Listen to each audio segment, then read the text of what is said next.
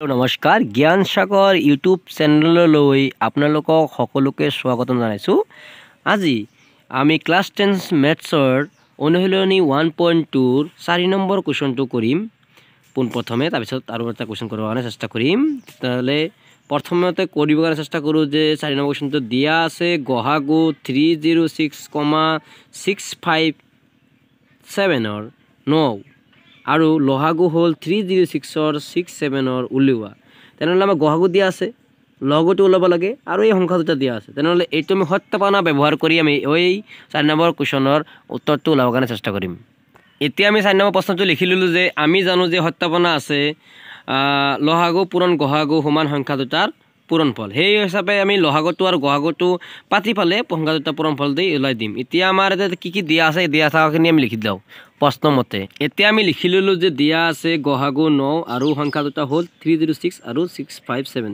তেনেহ'লে এইটো পাই গ'লোঁ আৰু এইখিনি পাই গ'লোঁ। তেনেহ'লে এইখিনি ওলাই যাব। এই ভেলুখিনি ইয়াতে আমি বহাই দিওঁ, এই সত্যাপনাত বহাই দিলে আমাৰ এনচাৰটো হৈ যাব। তেনেহ'লে সত্যাপনাৰ পৰা আমি বহাই দিওঁ। এতিয়া চোৱা আমি ভেলুখিনি পাতি দিলোঁ প্ৰশ্নমতে যে লহাগু পূৰণ গহাগু কিমান দিয়া আছিল 9, এই 9টো পাতি দিলোঁ আৰু সংখ্যা দুটা 306 আৰু 657, এই 657টো লিখি দিলোঁ। এতিয়া চোৱা এই 9টো ইয়াতে এই সংখ্যাটো ওলাব লাগে, লহাগুটো ওলাব লাগে। তেনেহ'লে এই যিটো গহাগু 9 দি আছে 9টো ইয়াতে পূৰণ হৈ আছে, ইফালে ল'লে হৰণ হ'ব। তেনেহ'লে আমি ইফালে লৈ লওঁ। এতিয়া আমি লিখি দিলোঁ যে তোমালোকে চোৱা ইয়াতে আমি লিখি দিছোঁ এই যে 9টো আছিল এই 9টো ইফালে আনি হৰণ কৰি দিলোঁ, মানে তলত বহাই দিলোঁ। এতিয়া এই 9ৰে এইটো সংখ্যা দুটা কেইবাৰ যায় এইটো আমি হৰণ কৰি চাম। 9ৰে যদি এই 3টো নাযায়, সেইকাৰণে দুটা সংখ্যা ল'ম 30 30 9 কেইবাৰ যায় 4 9 গুণ 36 হৈ যায়। তাহলে 3 9 গুণ 27, 3বাৰ গ'ল, 3বাৰ যোৱাৰ পিছত 3বাৰ লিখি ল'লোঁ, 3বাৰ গ'ল, 3 9 গুণ 27, 27 3বাৰ গ'ল আৰু 3 থাকিল, 3টো ইয়াতে বহাই দিলোঁ 6ৰ আগত, তেনেহ'লে 36, 4 9 গুণ 36 মানে 4বাৰ গ'ল। পূৰণ ইফালে কিমান থাকিল 657, কিমান 657। তেনেহ'লে এইটোত 1 বাৰ গ'ল, এইটোত 3 4 বাৰ গ'ল। ঠিক আছে, এতিয়া লিখি দিলোঁ যাতে বুজোঁতে সহজ হয়। এতিয়া এই দুটা পূৰণ কৰিলে আমি এই সংখ্যাটো লহাগুটো ওলাই যাব। এতিয়া আমি লিখি দিলোঁ যে লহাগু ইমানৰ ইমান পূৰণ কৰোঁতে কিমান পায় 2 2 3 3 8। তোমালোকে পূৰণ কৰি চাবা। এইখিনিতে আমি এই লহাগুটো পাই গ'লোঁ। এতিয়া লিখি দিব পাৰোঁ যে লহাগু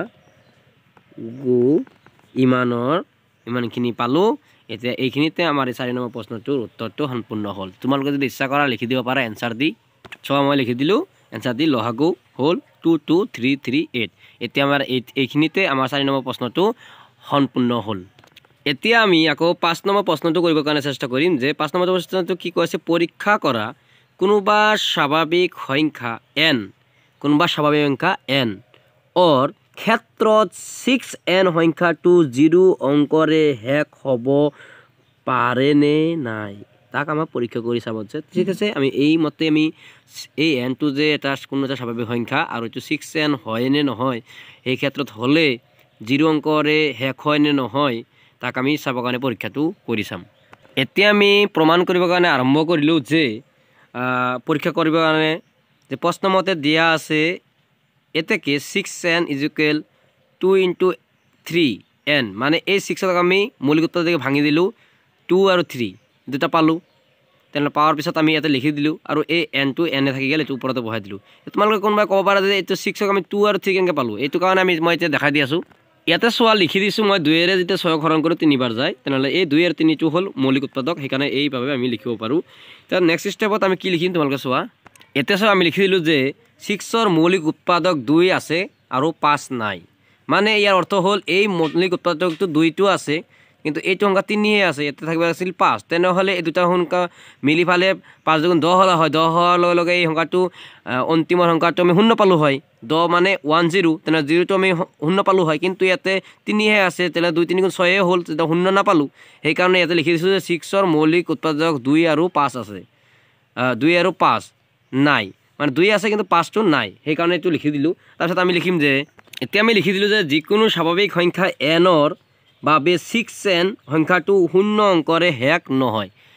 কিয় নহয়, এইটো কিয় লিখিলোঁ তাৰ কাৰণটো আমি এতিয়া বুজাই দি আছোঁ। চোৱা, যদি আমি এটা এক্সাম্পল লওঁ, এতিয়া চোৱা আমি বুজিবলৈ 3টা উদাহৰণ ল'লোঁ যে 10 মানে 0 অংকৰে শেষ হ'ল, লাষ্টৰ নম্বৰটো 0 পালোঁ। তেনেহ'লে এয়াক যদি 2ৰে হৰণ কৰোঁ, সকলোতকৈ সৰু মৌলিক সংখ্যাটো হ'ল 2, 2ৰে হৰণ কৰাৰ আমি কিমান ল'লোঁ 5, মানে 2 5 গুণ 10।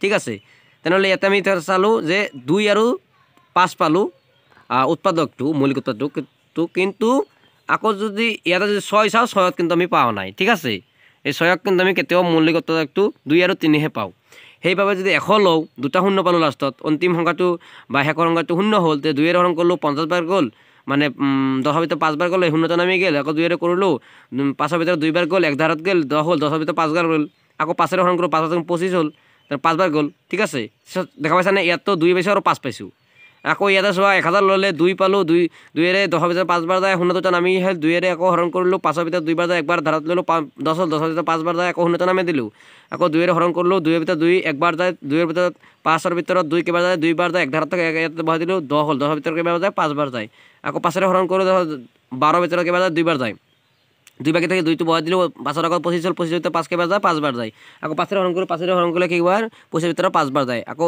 এই 5 থাকি গ'ল ঠিক আছে দেখা পাইছানে ইয়াতে 2 আৰু 5ৰ বাহিৰে কোনো এটা সংখ্যা পোৱা নাই এইখিনিলে এইখিনি 2 আকৌ এইখিনি কিনিলে 5 আকৌ এইখিনি কিনিলে 2 এইখিনি কিনিলে 5 আকৌ এইটো 2 এইটো 5 মানে যেটো সংখ্যা অন্তিম সংখ্যাটো যদি শূন্যৰে শেষ হ'ব লাগে তেনেহ'লে সেই সংখ্যাটোৰ মৌলিক উৎপাদকবিলাক সদায় 2 আৰু 5 হ'ব তাৰ বাহিৰে কোনো সংখ্যা নহ'ব এইখিনিতে গম পালোঁ যে 5 নম্বৰ প্ৰশ্নটোৰ উত্তৰ যে যিকোনো স্বাভাৱিক সংখ্যাই হওক কিয় নহওক কিন্তু যদি অন্তিম সংখ্যাটো যদি শূন্যৰে শেষ হ'ব লাগে তেনেহ'লে সেই সংখ্যাৰ মৌলিক উৎপাদকবোৰ সদায় 2 আৰু 5 হ'ব লাগিব যেতে ইয়াতে যেনকে আমি 6 ইয়াতে যেনকে আমি পালোঁ যে 6ৰ মৌলিক উৎপাদক হ'ল 2 আৰু 3 য'ত আমি ইয়াতে হৰণ কৰি পাইছোঁ সেইকাৰণে আমি লিখি দিছোঁ যে যিকোনো স্বাভাৱিক সংখ্যাই nৰ বাবে 6 সংখ্যাটো শূন্য অংকৰে শেষ নহয় thank you guys for watching my video' আমি এইখিনিতে আজি এই 5 নম্বৰ প্ৰশ্নটোৰ উত্তৰটো সম্পূৰ্ণ কৰিলোঁ আৰু এইখিনিতে আজি এই ভিডিঅ'টো সমাপ্ত কৰিম যদি